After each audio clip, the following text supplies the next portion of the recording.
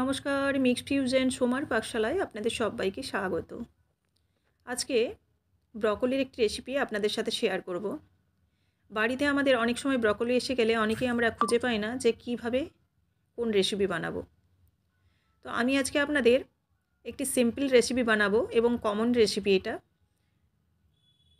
এছাড়াও ব্রকলির কিন্তু বিভিন্ন রকমের রেসিপি হয়ে থাকে। এর আগেও আমার চ্যানেলে ব্রকলির রেসিপি দেওয়া আছে। তাছাড়াও যেহেতু এখন শীতকাল, ব্রকলি বাজারে এখনও পাওয়া যাচ্ছে, সেহেতু আবারও কিন্তু ব্রকলির ভিডিও আমি নেক্সট আপলোড দেব। তো অবশ্যই আপনারা এই রেসিপিটি আজকে দেখতে থাকুন। ব্রকলিটাকে প্রথমে কেটে নিয়েছি, যেভাবে ঠিক ফুলকপি কাটে সেরকমভাবে, তবে এর পেছনের যে শক্ত অংশটা, ডাঁটাটা, সেটা কিন্তু একটু মাঝে মাঝে ভাগ করে নিয়েছি। দিয়ে গরম জল ফুটা অবস্থায় তাতে ব্রকলিগুলো দিয়ে দিলাম, আর দিয়ে দিচ্ছি এর মধ্যে লবণ এবং চিনি। লবণ আর চিনিটা দিলে ব্রকলির যে সবুজ কালার সেটা কিন্তু একদমই পারফেক্ট থাকবে। জলটা যখন ফুটে যাবে তখন কিন্তু ব্রকলিগুলো দেবেন, আর তার মধ্যে লবণ চিনি অবশ্যই দেবেন, কারণ চিনি এবং লবণটা দিলে কালারটা পারফেক্ট থাকবে। আর এটাকে কিন্তু ব্লাঞ্চ করে নিতে হবে, একটু ভাপানো, জাস্ট হালকা যেটাকে ভাপানো বলে, একদম সেদ্ধ হবে না, শুধু গরম জলে দিয়ে একটু নেড়ে চেড়ে তুলে নেওয়া।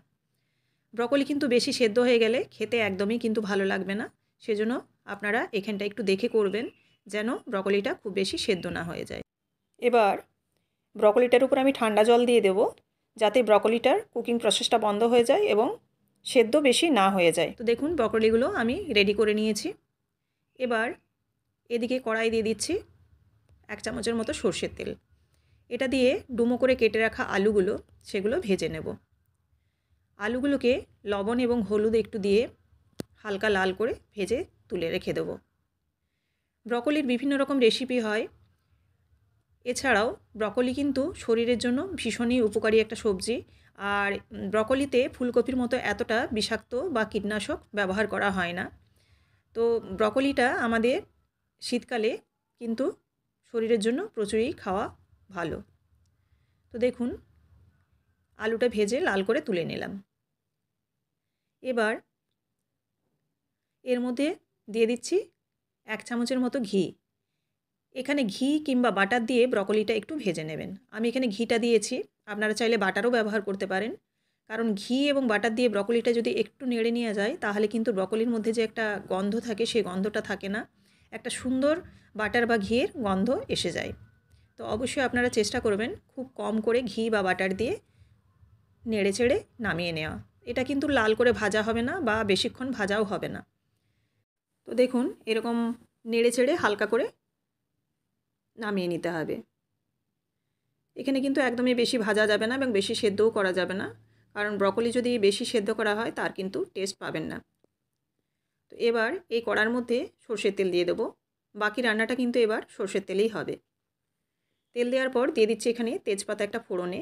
আপনারা চাইলে কিন্তু এখানে গোটা এলাচ এবং দারুচিনি ফোড়ন দিতে পারেন। যারা গরম মশলার ফ্লেভারটা পছন্দ করেন তারা অবশ্যই দিতে পারেন এখানে। আমি এরপর দিয়ে দিলাম একটা কাঁচা লঙ্কা কুচি, আর দিয়ে দিচ্ছি পেঁয়াজ কুচি। পেঁয়াজটা একটু নেড়ে চেড়ে তার সাথে দিয়ে দেবো টমেটো কুচোনো। টমেটোটাকে একটু বড় বড় ডুমো ডুমোই কেটে নিয়েছি, কারণ পেঁয়াজের সাথে ঢাকা দিলে এটা কিন্তু নরম হয়ে যাবে। ঢাকাটা খুলে নিয়েছি, এদিকে পেঁয়াজটাও নরম হয়ে গেছে আর এদিকে টমেটোটাও কিন্তু নরম হয়ে গেছে। এবার নেড়ে চেড়ে এর মধ্যে একে একে আমি গুঁড়ো মশলা অ্যাড করব। প্রথমে দিয়ে দেবো এখানে হলুদ গুঁড়ো, এবার দিচ্ছি জিরে গুঁড়ো আর ধনে গুঁড়ো। মশলাগুলো কিন্তু খুব একটা বেশি দিচ্ছি না, খুবই কম করেই মশলা দেওয়া হচ্ছে। আর দিচ্ছি এখানে ঝালের জন্য একটু লঙ্কার গুঁড়ো, আর এখানে আদা বাটা, আর এখানে আমি দিয়ে দিচ্ছি একটু রসুন কুচি। আপনারা চাইলে কিন্তু এখানে রসুনের পেস্টও ব্যবহার করতে পারেন। এবার দিয়ে দিচ্ছি পরিমাণ মতো চিনি, আর দিয়ে দেবো পরিমাণ মতো লবণ। দিয়ে একটু জল দিয়ে মশলাটাকে ভালোভাবে কষিয়ে নেব। এরকম নাড়াচাড়া করে মশলাটাকে ঢাকা দিয়ে এবার কষিয়ে নিচ্ছি। দেখুন, মশলাটা মোটামুটি কষানো হয়ে গেছে। যখন তেল ছাড়া ছাড়া হয়ে আসবে তখন এর মধ্যে দিয়ে দেব ভেজে রাখা আলুগুলো। আলুগুলো ভেজে রেখেছিলাম, খুব একটা সেদ্ধ হয়নি, তো এগুলোও মোটামুটি এবার এই কষানোর সময় একটু ঢাকা দিয়ে সেদ্ধ করে নেব। মশলাটাও আর একটু কষানো হয়ে যাবে আর আলুটাও কিন্তু একটু সেদ্ধ হয়ে যাবে।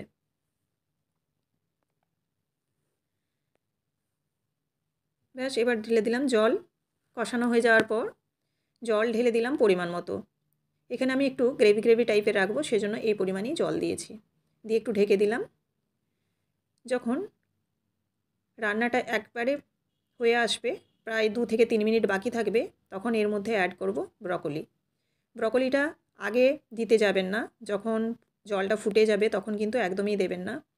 প্রায় শেষের দিকেই ব্রকলিটা কিন্তু অ্যাড করবেন, নইলে ব্রকলিটা কিন্তু সেদ্ধ হয়ে যাবে বেশি। এবার দিয়ে দিলাম।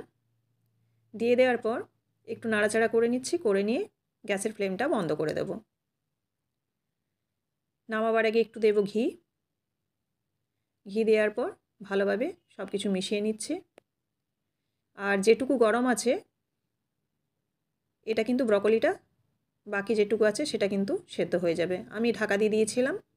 আর সবার শেষে দিয়ে দিচ্ছি মটরশুঁটি। এটা কিন্তু ভাপানো ছিল, সেজন্য আমি শেষেই দিলাম। যদি কাঁচা দিতে হয় তাহলে কিন্তু ঝোলটা ফুটে যাওয়ার পর দেবেন বা কষার সময়ও দিতে পারেন।